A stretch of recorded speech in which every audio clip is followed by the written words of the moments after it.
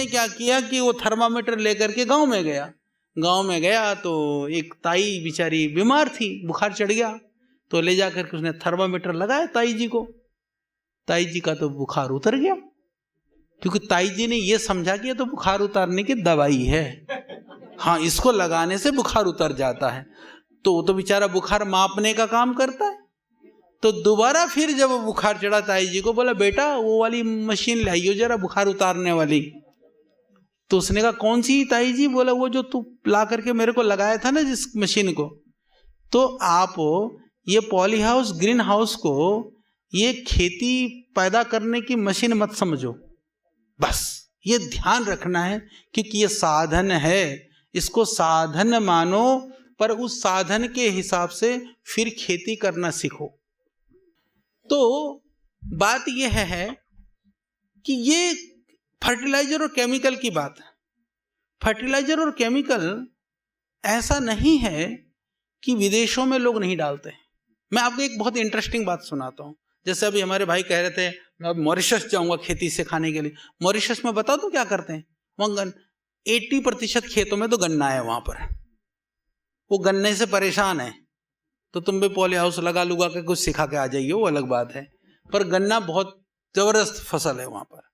और क्योंकि सारे भाई लोग वहां पर लगभग जितनी आबादी है 60% तो हमारे इंडियन ही है वहां पर, सारे बिहार के ज़्यादा हैं और कुछ कुछ इधर हमारे पूर्व उत्तर प्रदेश के हैं, थोड़े से राजस्थान के भी लोग हैं वहाँ पर, तो बाकी अदर स्टेट्स के तो थोड़े बहुत लोग हैं। तो विदेशों में भी फर्टिलाइजर और केमिकल डालते हैं और हम भी डालते हैं। उनमें और हमारे में क्या फ़र्क है, इसको समझो, ये समझने की बात है। हमारे यहाँ जो परंपरागत खेती करने की जो परंपरा थी ना, वो सदियों पुरानी थी।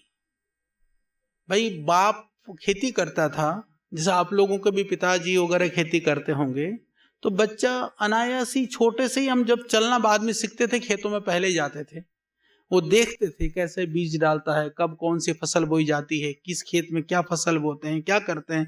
तो वो स्किल जो है ना, वो हम अनस्किल्ड नहीं थे, हम बहुत स्किल्ड थे कि किस क्रॉप के बीच में क्या डालना चाहिए, कब क्या बोना चाहिए, वो समय का, टाइमिंग का और एरिया के हिसाब से। इतना तक भी था गाँव में, अभी भी कहीं कहीं पर आपको मिलेगा, जैसे उत्तराखंड में पहाड़ वगैरह में तो बहुत ज़्यादा इस चीज़ का होता है कि इस खेत में तो ये टमाटर वाला खेत है, उसको पता है इसमें टमाटर ही बढ़िया उग सकता है, भले भाई इसमें तो वो होती है दालें होती हैं वाले खेत में, तो इसमें भाई गेहूं बढ़िया होता है, या इसमें जो है ना तुम उठा के इसमें सब्जियां बो दो ठीक होती, क्योंकि उसको पता है कि यहाँ पर जो मृदा की जो स्थितियां हैं वो किस क्रॉप के अनुकूल है। तो परंपरा से नॉलेज है, वो साइंटिस्टों के भी बाप थे हमारे बाप दादा, तो वो परंपराएं थी। अब वो परंपरा में सबको पता है कि जिस खेत में बढ़िया जो है टमाटर पैदा किया जा सकता है, उसमें और दूसरी चीज लगाओगे तो फिर फेल हो जाओगे। तो ये परंपरा से नॉलेज था। तो जो हमारा जो स्किल्ड था, यदि उसको थोड़ा सा इम्प्रूव किया जाता, ट्रेनिंग दी जाती, तो हम इतने बर्बादी के कगार पर खड़े नहीं होते। तो क्या किया गया, हमें ये कहा गया कि यूरिया ला करके थमा दिया, एक शिक्षा दी, यूरिया डालोगे तो फसल की वृद्धि होगी।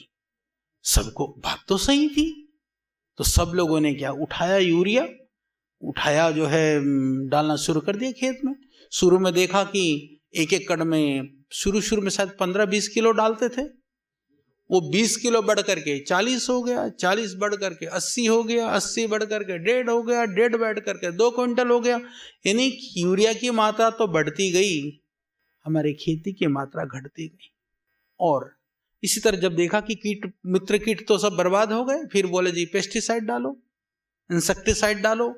जब हमने केमिकल डालना शुरू करा, पहले छोटी सी बोतल से काम हो जाता था, फिर दूसरी 2 बोतल डालो, फिर 4 बोतल डालो, फिर ये नहीं तो वो डालो। इससे क्या हुआ मैं आपको बताना चाहता हूँ। हमें सिर्फ लालच की तो प्रशिक्षण दिया गया कि डालोगे तो पाओगे, परंतु दुर्भाग्य रहा इस देश का, हमें सावधानी नहीं बताई गई है कि ज़्यादा डालोगे और सावधानी के साथ नहीं डालोगे, मास्क नहीं लगाओगे, हाथ में दस्ताने नहीं पहनोगे, ये जो जहर है। और मैं तो उस आदमी को ढूंढता हूं, यदि आप कहें ना कि इस जहर को जो दवाई, बोले दवाई डाल रहे हैं खेत में, वो जिसने जहर को दवाई बताई है ना, पहले तो उसको ढूंढो। और आप लोग कम से कम यहां से बोलो कि जो केमिकल की शीशी बोतल बाजार में मिलती है ना, उसको जहर बतानी शुरू करो कि इसका नाम दवाई नहीं है, ये जहर है। बोले क्या डाल रहे, बोले खेत में, बोले दवाई डाल रहा। वो दवाई थोड़ी है, वो तो जहर है। तो ये जो परंपरा, तो दवाई बना बोलने से क्या होता है, एक हमारे को एक उससे लगाव होता है कि ये तो हमारे बचाने वाली चीज है। जब जहर बताएंगे तो थोड़ा भय तो होगा, ये तो तुमको बर्बाद करने की चीज है। तो ये जो हमको सिखाया नहीं गया, इसका कारण क्या हुआ?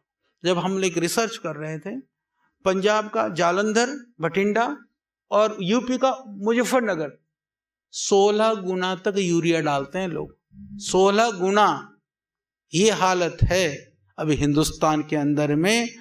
पूरे यदि देश के अंदर देखोगे तो यूरिया की जितनी आवश्यकता है उससे बहुत ज्यादा मात्रा में खेतों में डाला जा रहा है। और हमको कभी किसी ने ये नहीं सिखाया कि यूरिया खेतों में नहीं, अनाज के जड़ों में डाला जाता है। विदेशी शाणे थे। यहां तो क्योंकि देखो मैं आपको बताता हूं, हमारे साथ क्या क्या धोखा हुआ, समझ लो। विदेशों में यूरिया कभी भी दानों में, कट्टों में नहीं मिलता है, वहां लिक्विड फॉर्म में मिलता है। लाने की मजबूरी थी तो कट्टों में लाने के लिए हमारे यहाँ दानेदार यूरिया बना करके भारत में लाया गया, और हमको उसको डालने की विधि भी नहीं सिखाई गई। वो लोग यूरिया डालते हैं, वो पाइप, पतली सी पाइप बिछा करके उसके जड़ों में डाल देते हैं। धरती बिल्कुल सुरक्षित रहती है। जितना उस क्रॉप को, जो उस अनाज को जितना यूरिया चाहिए उतना ही डाला जाता है। अब जाकर के हमारे यहाँ लिक्विड यूरिया की बात होनी शुरू हो गई, जब सारा बर्बाद कर दिया गया, क्योंकि किसान को तो कुछ पता नहीं था ना। किसान बेचारा क्या करे, जो फैला दिया जाता है, जो बता दिया जाता है, उसने तो आंख मूंद करके मांगना। तो ये हमारे यहाँ बहुत बड़ी एक तरह से इस देश की इससे हानि हुई और लोगों के जीवन बर्बाद हुए, जीवन के साथ हमने खिलवाड़ किया। अब दूसरी चीज, आज भी सैकड़ों प्रतिबंधित केमिकल जो पूरे विश्व में कहीं पर भी प्रयोग करने के लिए स्वीकृतियां नहीं है, वो आज खेत में प्रयोग हम लोग कर रहे हैं। तो यूरिया और केमिकल इतने खतरनाक नहीं है जितना यूरिया और केमिकल को अंधाधुंध डालना खतरनाक है। तो अच्छा है कि हम उससे 100% बचें, झंझट से मुक्ति। तो उसके लिए जैसे आपने कहा कि तकनीक के साथ करिए, क्योंकि खाद ही सब कुछ नहीं है खेती के लिए। खाद की मात्रा, बीज, पानी के लिए जो डालने का, बोने का समय, ये बहुत सारी चीजों को मिलकर के खेती होती है। ये सब आप लोगों को पता है। तो इस सब को मिला करके और उन्नत रूप में, क्योंकि जैसे गन्ने में भी जो हम पानी देते हैं, और वो इधर मुजफ्फरनगर, खतौली, यूपी के कुछ लोग होंगे, बोले किसी ने कहा, बोले ये गन्ने की खेती कैसे होती है? तो किसान से पूछा, किसी ने, कोई शहर का आदमी था, तो बोला गन्ने की खेती कैसे होती बता जरा। उसने कहा जी, दे खाद दे पानी, दे खाद दे पानी। वो कई देर तक बोलता रहा, दे खाद दे पानी। उसने कहा रुक तो जा। बोले रुक गया तो फसल का बर्बाद, चौपट है फिर तो फसल। तो ये दे खाद दे पानी से कब मुक्ति होगी? इसको समझना होगा ना कि गन्ने में आपको कितना पानी देना है। तो ये दे खाद दे पानी, आज धान की फसल में पूरी दुनिया ने धान उगाने बंद कर दिया। क्यों? क्योंकि पानी, उसमें इतना पानी हमारा नीचे चला गया, धरती के नीचे।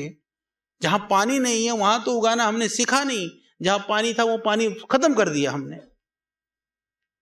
तो वो तकनीक के माध्यम से कृषि करिए, परंतु तकनीक को पहले समझिए। आपको जैसे भाई ने बता दी, एक बता दी, मैं तो करोड़ों कमाता हूं, मेरे पास 8 एकड़ है। कितने करोड़ कमा लेते हो भाई? क्या नाम है आपका? 1 करोड़ रुपए नेट कमाई होती है। तो एक तरह से समझ लो कि 1 एकड़ में 10 लाख रुपया तो भाई कम से कम कमा रहा है। तो अब इनको देख करके ये कल के दिन में सारी इनकी कॉपी मत कर लेना। हमारे 1000 एकड़ में बोलिए और 2000 ही इतना ही कमा रहे। जी नहीं, रुको ना, रुको रुको, मेरी बात सुनो, मैं आपकी, अब घबराओ मत, आपकी प्रशंसा ही कर रहा हूं। तो इनको देख करके तुम सारे खेत में जाके पॉली हाउस मत लगाना। कल क्या करना है, इनसे सीखो। आप थोड़े से एरिया में करो, आपको कॉन्फिडेंस आया कि यहां से मेरी कमाई हुई, तो ये तो करोड़ तो अपनी कमा रहे हैं ना, करोड़ों दूसरों को भी कमा के दे रहे हैं। तो ये यहां आप इनसे सीखोगे तो करोड़ों कमाने वाले आप यहां से हो सकते हो। क्योंकि मैं इसीलिए बता रहा हूं, मैंने बहुत किसानों को देखा बिल्कुल, जो पहले तो 2-4 लाख 10 लाख कमाए भी करते थे, जो बिल्कुल बर्बाद हो गए। इसीलिए एक्सपेरिमेंट, नई चीज पायलट करो, एक छोटे एरिया में करो कि हाँ 1 फसल 2 फसल 3 फसल आप ले लो। कितना समय लगता है, 1-1.5-2 साल आप एक्सपेरिमेंट करो। हो गया ना, अपने आंखों ने, अपने हाथों ने देखा, अपने पुरुषार्थ ने देखा, उसको मल्टीप्लाई करो। फिर कोई आपको न तो डिगा सकेगा, न कभी आप जीवन में फेल होंगे। तो एक्सपेरिमेंट करना है, यानी आगे बढ़ने का यही उपाय है कि यदि आप कदम को, पैर को उठाओगे नहीं तो आगे बढ़ोगे कैसे। और दोनों टांगे यदि एक साथ उठा लिया तो आगे ना बढ़ोगे, पीछे पिछुंडा ठुक जाएगा फिर तो, हाँ कमर ही ठुकेगा फिर तो, पीछे औंधे मुंह पड़े पाओगे। तो बस ये ध्यान रख लेना, ये खेती के लिए उपाय है। तो ये जो पेस्टिसाइड फर्टिलाइजर की बात हुई। तीसरी बात, हमारे यहाँ एक फैशन चल पड़ा, जितने भी यदि आप में से छोटे किसान है ना, ट्रैक्टर को तिलांजलि दे दो, बिल्कुल हटा दो ट्रैक्टर। मैं बता रहा हूं, ट्रैक्टर को यदि आप हिसाब लगाओगे ना, सुन लो सारे, मैंने बहुत बहुत हिसाब लगाया है। एक ट्रैक्टर आपका कितना, 6 लाख 7 लाख का आता है अभी, 10 लाख का आता है अभी, 10 लाख ही मान ले। रुक जा भाई थोड़ा, इतना भी मत जा तो फिर वो वाला ट्रैक्टर आ जाएगा, फिर 1-8 करोड़ बताएगा तो, जो बहुत बड़ा वाला। हाँ तुम सेकेंड हैंड भी उठा के लाओगे, 5 लाख तो पड़ेगा ना। चलो मैं वहीं से शुरू होता हूं। 5 लाख का ट्रैक्टर ले आओगे आप, तो महीने में आप 8-10% का तो इंटरेस्ट, साल का 10% इंटरेस्ट लेते हैं वो लोग। 10% इंटरेस्ट भी आपने मान लिया एवरेज, तो भाई कितना रुपया का हो गया आपका। 5 का 10% 50,000, कितना हो गया, 60,000 हो गया ना। तो 5,000 रुपया महीना, सुन लो ध्यान से, 5,000 रुपया महीना तो आपने एक भैंस बांध लिया। ट्रैक्टर बिना डीजल तो चले नहीं, वो भी खाएगा। ध्यान से सुनो, आपकी खेती, यदि मान लीजिए आप एक खेत में, आपके पास 2 एकड़ जमीन है, 2 एकड़ जमीन को जोतने में यदि आप हल लेकर के खेत में जुट जाएं, कितने दिन में जोत लेते हो भाई? 2 एकड़ 4 दिन में तो जोती जाएगा भाई। तो कह रहा 2 एकड़ में जोत दूंगा, तो 4 दिन का तुम्हारा काम है। यदि तुमने 2 बैलों के जोड़े रखे, एक जोड़ा रखा, चलो वो बैल क्या करेगा, गोबर भी देगा, मूत्र भी देगा खेत में कहीं, और खाएगा क्या, जो खेत का घास फूस खा जाएगा। छोड़ दो किनारे पर, जो घास काट के लाओगे, कोई डीजल पेट्रोल भी नहीं देना, तो फोकट में आपको मिल रहा है। एक तरह से फ्री का ही तो कर्मचारी मिल रहा है। जो आपको फ्री का कर्मचारी था उसको तो आपने छोड़ दिया रोड पर बेचारे को दलदल ठोकरे खाने के लिए, और आप वो जो विदेशी जो हाथी जो है उसको लाके घर में पाल लिया। तो मैं ये कह रहा हूं कि आप ये मत सोचो कि आप खेत में हल चलाओगे तो लोग हंसेंगे, अरे बड़े है तो बड़ा धोले धोले कपड़े पहन करके। अरे किसान हो, किसानी के ऊपर आप गर्व करते हो, तो उसको भी यदि आप 4 दिन समय अपने आप, मजदूर नहीं मिले तो क्या परेशानी है। मैंने ज्यादा इस तरह की चीजें बिहार के साइड में तो बहुत ज्यादा देखा, वो कहीं बाहर जा करके छोटी छोटी नौकरी कर लेंगे, पर वहां पर खेतों में काम करने में सोचते कि हम तो चौधरी हैं, हम खेतों में काम कैसे कर सकते हैं। तो इस मानसिकता को भी मैं आपको एक बात बताना चाहता हूँ। विदेशों में जब आप बात करते हैं ना, कई बार हमको लगता है कि विदेशी लोग तो बड़े ऐसे रहते हैं। यदि वो परंपरा से कोई भी काम करते हो ना, वो बड़े गर्व के साथ, गौरव के साथ करते हैं। हम लोगों ने किसानी को मजबूरी और किसानी करने वालों को गरीब या दीनहीन, क्योंकि किसान देखो, एक तो जाति की बात नहीं है, बोले कहीं ब्राह्मणों की बात होगी तो बोले जी एक गरीब ब्राह्मण रहता था, कहीं भी कहानी पढ़ लेना सारी। और एक धोती फटा हुआ किसान जो है, धोती फटी हुई किसानों के जितने भी फोटो देखोगे आप, कोई साबुत कपड़ा पहना हुआ आपको फोटो नहीं दिखाई देगा। ये जानबूझ करके ये षड्यंत्र है कि किसान जो है ढंग का जो है कपड़ा पहन सकता है कि नहीं पहन सकता। तो भाई क्यों नहीं दिखाया जाता फोटो में, क्यों नहीं दिखाया जाता किताबों में, कहीं पर भी। यानी किसान है तो बेचारा कौन बनना चाहेगा फिर वो किसान? फटी धोती में कौन रहना चाहेगा? या तो भूखा, बिल्कुल खाली पेट, बिल्कुल कुबड़ा सा, कमजोर सा, दीनहीन सा, चेहरे पर उदासी, दुखी, यूं हाथ पकड़ कर आसमान की तरफ देख रहा है, फटे हुए, बिल्कुल बिना पानी का खेत।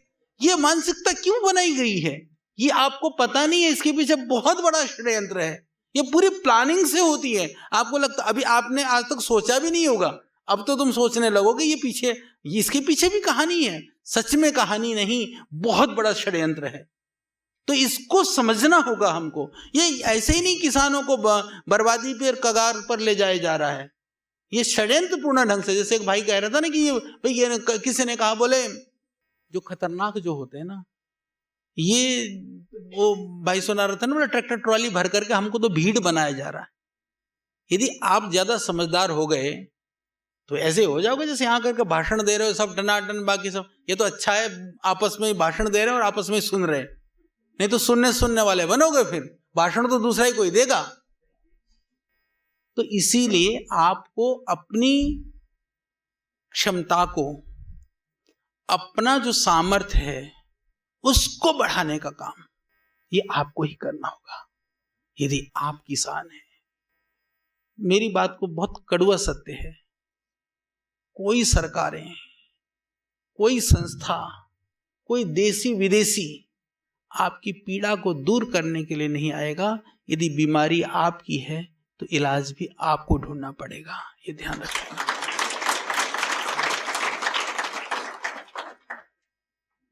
उपायों को आप ढूंढ भी सकते हैं। हमें तो इतना कमजोर दिखा दिया गया कि हम कोई उपचार ही नहीं कर सकते अपना, हम कोई उपाय ढूंढ नहीं सकते जब तक विदेशी महंगे बीजों को ना खरीदें। तो इस समय करो, ट्रैक्टर को लगा लो, डीजल का खर्चा लगा लो, बीज का खर्चा लगा लो, खाद का खर्चा लगा लो, पानी का भी ट्यूबवेल चलेगा, डीजल चाहिए, बिजली चलेगी तो बिजली चाहिए, वो खर्चा लगा लो, ट्रैक्टर के साथ में जो साधन लगते हैं वो लगा लो। तो आप फिर आपके पास क्या है? कुछ नहीं है। तो इसीलिए प्रयास करिए। क्या प्रयास करना है आज से? आपको 2 प्रयास करने। एक तो तकनीकी के रूप में जो जरूरी है, बहुत जरूरी है, उन तकनीक को धीरे धीरे अपनाना शुरू करो। और तकनीकी के नाम पर जो भ्रम है, ढकोसला है, जो हमको बर्बाद करने वाले साधन है, धीरे धीरे उसको हटाना शुरू कर दो। तो कम खर्चे हो गए, पैदावार ज्यादा हो गई, तो फिर प्रॉफिट हो गया। दूसरा इसका अगला काम, जैसे वो बहन जी और भाई साहब टोकरा लेकर बढ़िया भाषण, देखो सीधी सी बात है कि गेहूं बेचोगे तो उतने में बिकना 20-22 में, आटा बेचोगे तो 40-50 में बिकना है।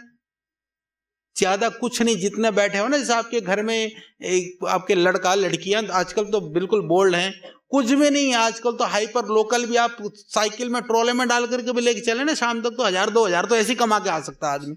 नौकरी ना मिलती 15-20 हजार की, 30 हजार की, तो दिन में यदि कुछ नहीं, जैसे उन्होंने कहा ना, सामान्य पैकिंग करो, FSSAI का लाइसेंस ले लो और कुछ लेना नहीं पड़ता उसके लिए, आराम से लाइसेंस मिल जाता है। और 2-4-10 गली में भी, क्योंकि हम जीते हैं पता नहीं कल्पनाओं की दुनिया में। जो विदेशी लोग होते हैं ना, बड़े बड़े घरों के लड़के भी, जब वो 16-17 साल के हो जाते हैं घर से निकल जाते हैं। ऐसा नहीं कि बड़े बड़े काम करते हैं, वो किसी होटल में बर्तन मांज लेंगे, कहीं जाकर के गाड़ी धो देंगे किसी के, और काम करेंगे, ऐसे काम करके के काम सीखते हैं। आप अपने बच्चे को क्यों नहीं कह सकते, बेटा ले मैं ये खेती उपजाता हूं ना, तो इसको आटा बना, इसको दाल बना, इसको पैकिंग कर, थोड़ा बहुत वैल्यू ऐड कर और शुरू हो जा। दुनिया में ये सुन लो, एक और बात बताता हूं, अमेरिका जैसे देश के अंदर में 90% तक प्रोसेस्ड फूड बिकता है। प्रोसेस का मतलब वो सीधा सीधा नहीं बिकता। हिंदुस्तान में 6% प्रोसेस होकर के बिकता है। तो कितनी बड़ा मार्केट अभी तैयार है हमारे लिए। यानी कोई जरूरी थोड़ी है कि बड़ी बड़ी कंपनियां आटा बना करके सारे देश को सप्लाई करें। कोई जरूरी है कि बड़ी बड़ी कंपनियां ही तेल बना करके सब जगह आपको सप्लाई दे दें। आप ये क्यों नहीं कर सकते भाई, सब छोटे छोटे शुरू हो जाओ ना, कुटीर उद्योग की तरह से। मैं आपको बताता हूं, यदि हम आटा बनाते हैं तो कितना खर्चा आता है आपको पता है? मैं आज बता देता हूं। हम आटा बनाते हैं, गेहूं तो जितने का उतने का ही मिलेगा। पीसने के लिए जो हमारे जो बड़ी बड़ी मिल लगी हैं उसका जो खर्चा बहुत कॉस्टली पड़ता है। मैनेजर्स लगे हैं, पूरी टीम लगी है, लगे, उसका कॉस्ट आप जोड़िए। तो एक तो हो गया बनाने का खर्चा, फिर उसके बाद में क्या आता है, यहां से जाता है ट्रांसपोर्ट का खर्चा, फिर वहां से जाने के बाद में सुपर स्टॉकिस्ट जहां रहता है वहां का खर्चा, फिर उसके बाद जाता है डिस्ट्रीब्यूटर का खर्चा, फिर दुकानदार रखता है उसका खर्चा। वो सब तो जुड़ते हैं, सब जगह कम से कम 10 जगह का कमीशन जाता है, तब जाकर के एक को आटा मिलता है। तो रेट ज्यादा क्यों नहीं होगा? तो आपको तो किसी को कमीशन देना ही नहीं, ले जाओ जहां चक्की अपने पन्नियां बनाकर थैले ले जा करके। मैं एक अपनी कहानी सुनाता हूं। जब हमने, ये बात है 1994 की, शाम का रात का समय था, क्योंकि हमें जुनून था काम करने का, हमारे पास कुछ नहीं था, जिन अभावों से हमने शुरू किया। हम छत में बैठे थे, कनखल आश्रम को पुरानी छत पे, तो हमने बराबर में नजदीक में कनखल में अभी वो चक्की वाले हैं, वहां ले जा करके अलग अलग जड़ी बूटियां हमने कुटवाई, बोरों में साइकिल में लाद करके लेके आए।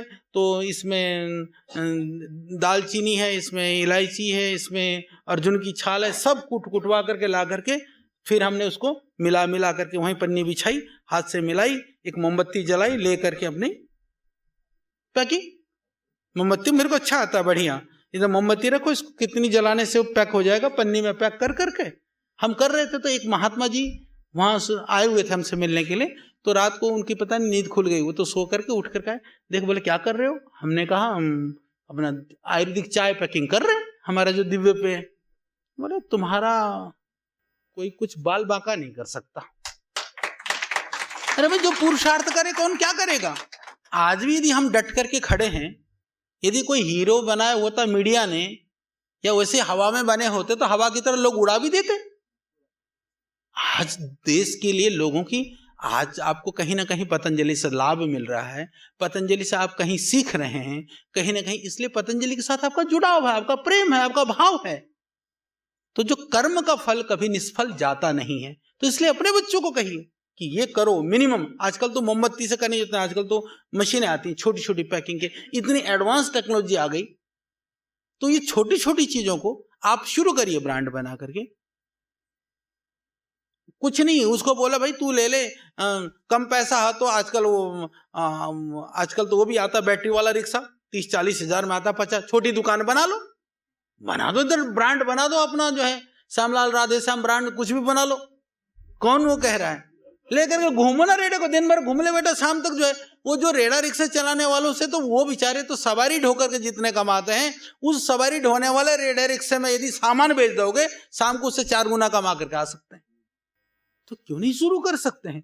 तो अभी हमको यदि देश के अंदर परिवर्तन लाना है, चीजों को खड़ा करना आप चाहते हैं, तो शुरुआत तो कहीं ना कहीं से करना ही होगा आपको। तो इन छोटे छोटे उपायों से, छोटी छोटी चीजों से आप बड़े बड़े जो है सृजन कर सकते हैं, बड़े बड़ी चीजों को बना सकते हैं। हमने जब ट्रस्ट का रजिस्ट्रेशन करना था, हमारे पास, क्योंकि हमने ट्रस्ट जो बना रहे थे, तो उस समय पर मुझे अभी भी स्मरण है, हमें लगभग वहां पर हमें लगने थे 12,500 रुपया, क्योंकि वो जमीन के ऊपर ट्रस्ट बनना था, और हमारे पास 3,500 रुपये थे उस टाइम। ये ज्यादा पुरानी कहानी नहीं है, 1995 की बात मैं बता रहा हूं। पूज्य स्वामी जी यहाँ पर थे भी नहीं, बाहर थे, मेरे को बोल गए थे, बोले तू ट्रस्ट का वो बना करके उसका रजिस्ट्रेशन करना। 10,000 के लिए हमारे पास ऐसा कोई आदमी भी नहीं था कि हमको कोई उधारा भी दे देता। तो हमने 2 जगह से उधार लिए थे, एक ने 5,000 दिए, दूसरे ने 5,000 दिए, मेरे पास 3,500 थे, तो वो 12,500 से थोड़ा ज्यादा फालतू हो गए, तो उतने से जाकर के हमने ट्रस्ट का रजिस्ट्रेशन किया था। तो जो पतंजलि की जो यात्रा है, बचपन से भी हमने संघर्ष देखा, गुरुकुलों में भी हमने संघर्ष किया, जीवन में आज जहां खड़े हैं, तप और पुरुषार्थ का कोई एक उदाहरण है, कोई एक ऐसी संस्था है, तो वो पतंजलि है। आज भी हम 24 घंटा काम करते हैं।